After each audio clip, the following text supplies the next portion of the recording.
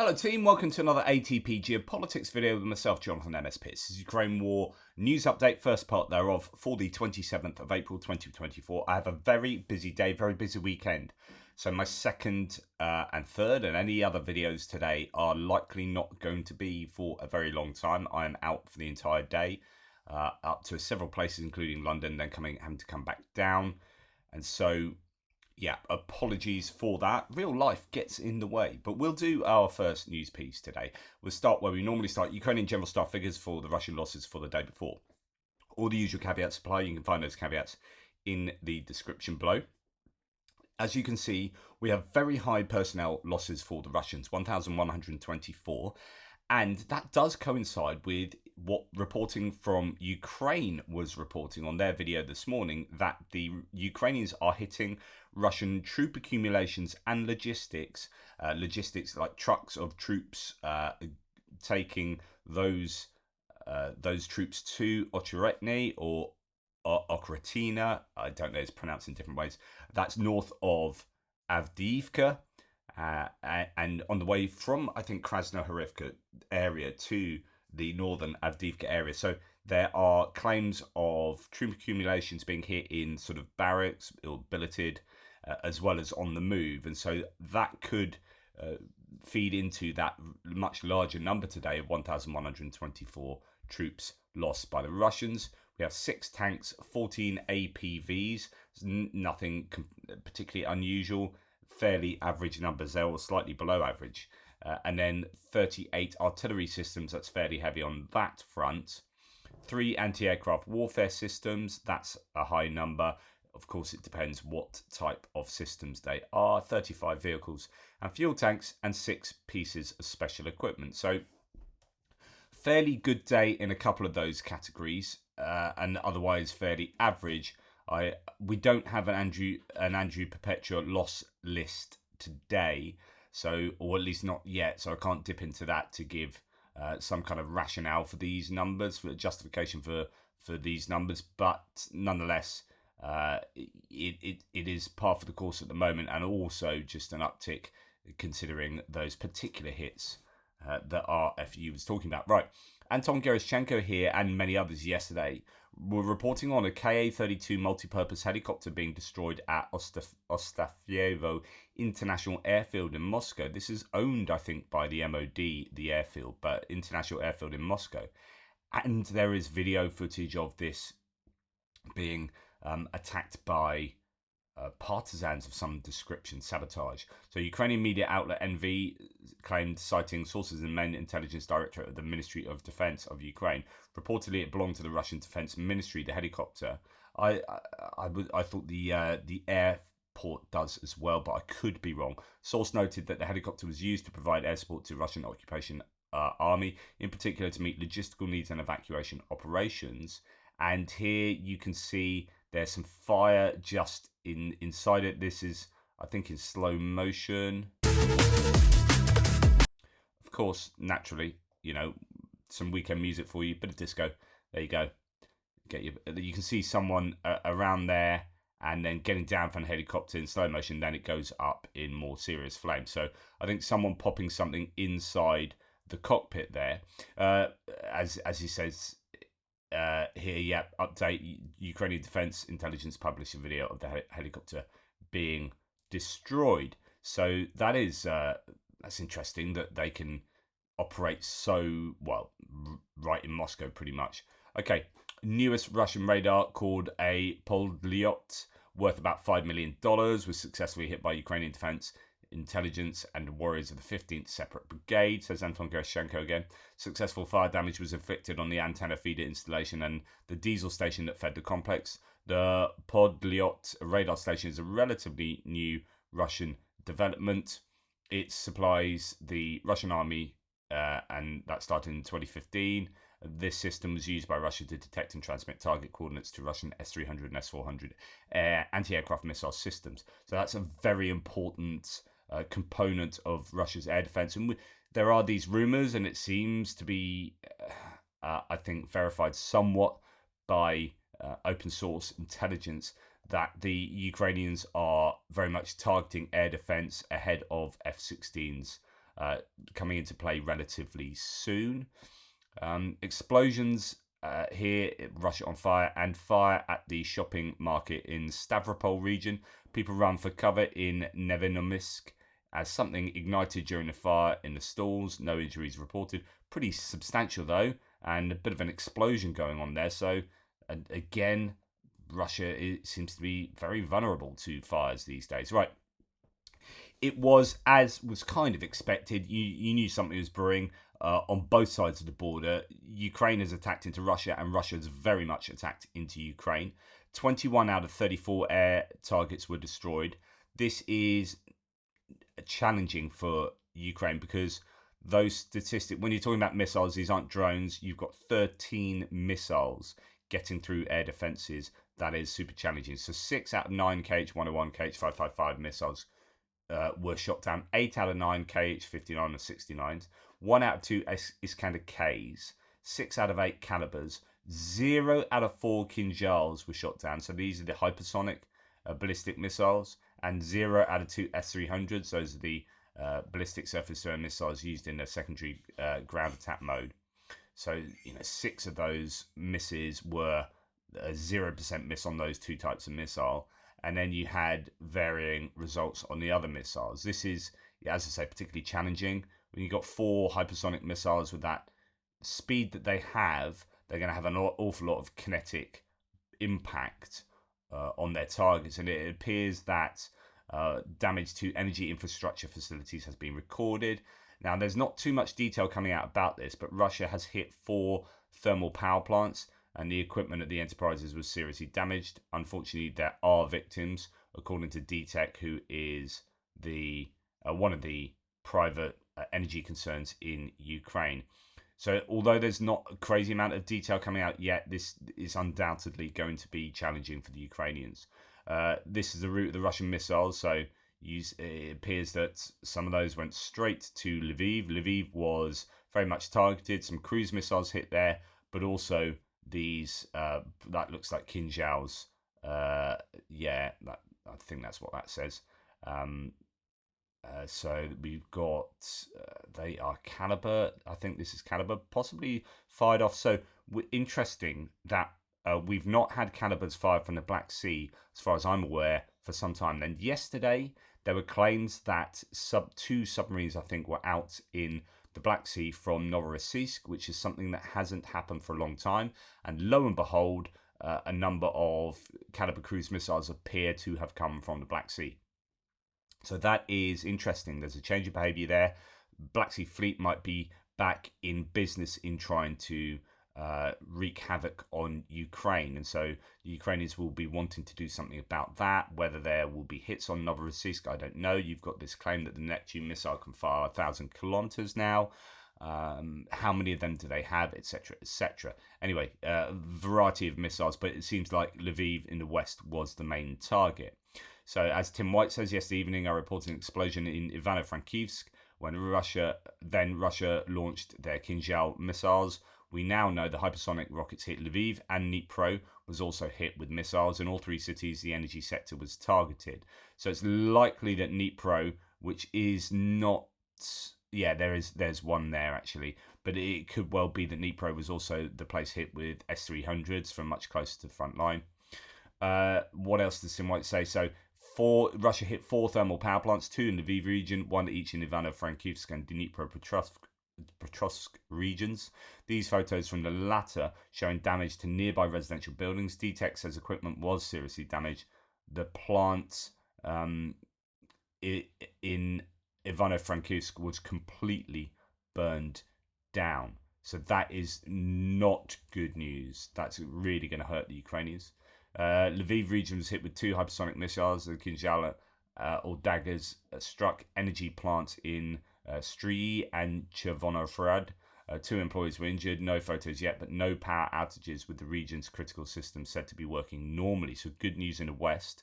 Drones also hit Russia, and this is where we're going to go at the moment. So just, be warned that 21 out of 34 missiles is challenging for the Ukrainians, and there could be some serious effect on the power infrastructure, energy infrastructure in Ukraine. Tim White later says, "Oh dear, doesn't look like air defense has worked in Dnipro." So there are these rules that you can't show impact sites of Russian missiles and drones into Ukraine. So that's why you quite often see photos like this, which is just smoke in the air. It gives you no indication and you don't get into trouble for it. So they're quite tight on that for operational security reasons, etc., etc. And Tim White very much does that often himself. So the implication here being, you know what's below that. That's just been cropped, or someone knows what's below that, but it's not shown. But it's serious, is the implication there. Okay. Then Ukraine has hit Russia, possibly quite seriously in terms of a couple of targets. So drones also hit Russia 3 times in the night. Ukraine confirms in the Krasnodar region 2 oil refineries were attacked by drones. First the Slavyansk Echo plant, and then the Ilya refinery. Kyiv says a military airfield in the town of Kushchevsk was also struck by drones. And we have footage of some of these impacts that you just saw there in small, explosions at a refinery in the distance. Then we have this. So here's a video which Astra says is unverified but likely to be from the military airfield in Kuchevsk. They say aircraft were damaged by the drone attack. Russia claims to have shot down 66 drones in Krasnodar Oblast, but it seems a few more sneaked through. And now, when Russia claims they too have shot down 66 drones, it's almost certain that 66 drones got through, or a lot of them would have got through. I'm not saying all of them, but anyway, there's certainly damage. And what's interesting about this is apparently you have a lot of guided glide bombs littering the floor or elements thereof. So this could be somewhere where the aircraft are taking off with those glide bombs. Like I said, this is like challenge number one for the Ukrainians, is what to do about these glide bombs. And it appears that this is at least one thing they're attempting to do, which is take them out at source, whether it be the airframes or the bombs themselves. So drone attack reported in Krasnodar region of Russia, presumably oil refinery at Slavyansk na Kubani, says Special Kherson Cat, and lots of video footage of that refinery appearing to be in flames. In addition to the oil refinery, they say this military airfield in Krasnodar was also under drone attack. According to Russian media, the Krasnodar oil refinery Slavyansk Echo partially suspended operations after attacks by the Ukrainian armed forces last night. This was announced by the director of integrated security of the group of companies, Trudenev. Quote, the plant's work has been partially suspended. Exactly 10 drones flew to the plant. There was a strong fire. There may be hidden damage. Whether that means 10 drones flew into the plant, in which case, 66 drones probably weren't shot down. Of course, the Russians are talking bollocks, at least most of the time. It's reported by other Russian media that the Ilinsky oil refinery also received damage as a result of tonight's drone attack. Russian media claims the drone attack in Krasnodar region began around 3 in the morning and lasted an hour and a half. The first drones tried to attack the airfield. In total, more than 10 drones were directed towards the airfield. According to preliminary data, there are no dead or injured. Closer to 4 o'clock in the morning, about 17 drones attacked an oil refinery near the village Ilyinsky. As a result of the attack, the AT1 installation was damaged. A fire started, which was extinguished after half an hour. Another 12 drones attacked an oil refinery in Slavyansk and on Kuban. The distillation column there was damaged. The fire was quickly extinguished. Both oil refineries have been previously targeted, which is interesting. So, it's not that when they do get damaged like this, that's then taken out, full stop. They do get fixed and they had to be struck again. And then just going back to that airfield, at least one drone hit the vicinity of the flight line. Russian aircraft have reportedly been damaged, and footage shows a number of destroyed glide bomb kits, says OSINT Technical. I don't know if there's anything else to add to that. Geolocation, so we're talking Krasnodar region is to the east of the Sea of Azov there. Krasnodar, if you go across the Kerch Bridge, you're in Krasnodar region. You've got the city of Krasnodar fairly close to the Kerch Straits. And this is north of there on the way to Rostov-on-Don. Okay, other bits and pieces for you. Insane, right? I talked to you about how the Deputy Defence Minister has been arrested for corruption.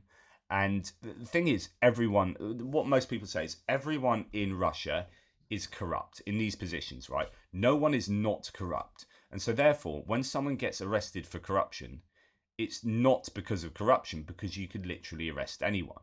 So what happens is you've just got uh, a lot of compromat on everyone, and when you want to arrest them because for some reason they are being problematic for the Kremlin, for the FSB, for Putin, whatever, you can just arrest anyone. You've got enough like evidence to arrest them. Anyway, you just need to look at this guy. So this is one of the dozens of insane mansions owned by Russia's deputy defense minister, Timur Ivanov. This is the kind of wages you get for a government job, right? I mean, you can afford dozens of mansions. This mansion alone is mind-bogglingly insane. So anyway, until 4 days ago when Putin decided he would take all of these things for himself. Of course, Putin is the richest man in the world and has many, many mansions such as these. He's got 11 super yachts, for goodness sake. Ivanov is considered likely the third richest person in Russia. And that's what you get for working for the defense ministry, right? You just get to live in places like this. I always think, like, if I won a lottery, right, I think I'll probably just still live where I do at the moment. I only use about 2 rooms. I spend most of the time in here. I'll probably still be doing these videos for you, even if I was like a multi-millionaire. I'd be like, yeah, but I've just been on Twitter. I've got to tell everyone this. I've got to tell them this. That's how cool I am. I certainly wouldn't be living in a place like that. I don't think. Who knows? You never know. I could be living in a place like that, surrounded by thousands of slaves, just at my beck and call, because that's how I roll. Yeah. Anyway, 2 hospitals were urgently evacuated yesterday in Kyiv because of threats of the head of the KGB of Belarus. Now, I find this really distasteful. So the Kyiv city administration has announced an urgent evacuation of 2 hospitals in the capital. Ukrainian media suggested that the evacuation was due to threats from the head of the KGB of Belarus, Ivan Tertel. At a meeting of the All Belarusian People's Assembly, Tertel said that his service would counter terrorists from Ukraine. Quote, all these people and their plans are known to us. In the fight against terrorism, we act according to the laws of wartime. There are dead and wounded among the terrorists. They will be punished. Despite the fact that they chose Kyiv hospitals at 30 to 32 Bohatska Street as their lair, and where they actually hid behind the backs of sick children, the KGB chief said. So you've got a threat from a country, Belarus, that's technically not involved in the war, but sort of kind of is, making a threat to attack 2 hospitals and giving the addresses of those hospitals, such that they have to be evacuated, causing pain, discomfort, possibly even death to people who then can't get their correct medical care.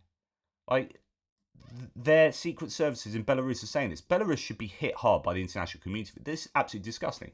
Like, if Rishi Sunak for the UK came out and named 2 hospitals in Paris that were going to be targeted to the point that they had to evacuate those hospitals, Paris would be going absolutely insane on the UK. Absolutely insane. France would be rightfully so. Like, you just don't do that. And yet Belarus just happily did that. Just these threats thrown around with wild abandon. It's just absolutely not on. Not on. Ukraine's military intelligence launches a cyber attack against United Russia Party. So Ukraine fighting back against Russia's political system here. United Russia, which is Putin's former party, or that he ran as an independent this time. I mean, he can run as whoever he likes because he's not going to get in. Anyway, they claimed early in the day, United Russia, that its electronic services were under large-scale DDoS attacks. So that's where you attack websites with like thousands of accounts or hits that overwhelms a website and it just falls to pieces type thing, stops functioning. That's a very common form of cyber attack. Now, finally, Gerasimov, the commander-in-chief of the war effort for Russia, who I claimed was probably dead because he went AWOL after a strike where he was supposedly at in Crimea. And he went AWOL for months, and I said, high probability is that he's dead. And then he turned up alive and not dead. So I said, well, I did say at the time he was either dead or injured from that. And I stand by the fact that I think he's injured. Anyway, It's interesting now that Gerasimov has been found, as some people say, maybe he had a storm shadow to the knee. So TASS has said today, Russian Defense Minister Sergei Shoigu paid tribute to his long-standing comrade Valery Gerasimov, who's been in treatment for a dislocated knee since January. He sent wishes for a swift recovery and said the Defense Ministry was looking forward to his return, but emphasised that Gerasimov should not return early if it would place his knee in jeopardy. And we saw him shuffling around the voting office. Definitely didn't look like he had a dislocated knee at all. And we saw him pin some medals on some people. Definitely didn't seem like he had a dislocated knee. Nonetheless, he's got a dislocated knee. So lots of people saying in that video of him at the voting, at the polling booth, that he just didn't look there at all. Like some kind of maybe brain injury, there was something going on. So I stand by my claim that the most plausible explanation of the Commander-in-Chief being AWOL for the war, for like 6 months of war, it is that he was involved in that strike in some way and is not well. The next plausible, most plausible explanation is that he has some kind of long-term illness. I don't know, heart attack, brain hemorrhage, whatever it is, so that might not have been to do with the strike, but whatever is going on, I don't think the guy is well, or he's not all there, and he can't function in his position, and that's why you haven't seen him. Otherwise, you would see him. He's supposed to be prosecuting this war on behalf of the Kremlin. And if you're not there for that long, something is going on. Something needs to explain that absence.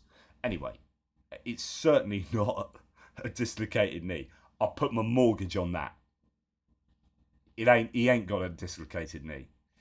And if he has got a dislocated knee, it's because he fell over because there's some other issue with him from that strike back whatever when. Anyway, you get my point. Thank you for watching. Please take care. Speak to you soon, but maybe not too soon. It's going to be a lot later today. Toodle pips.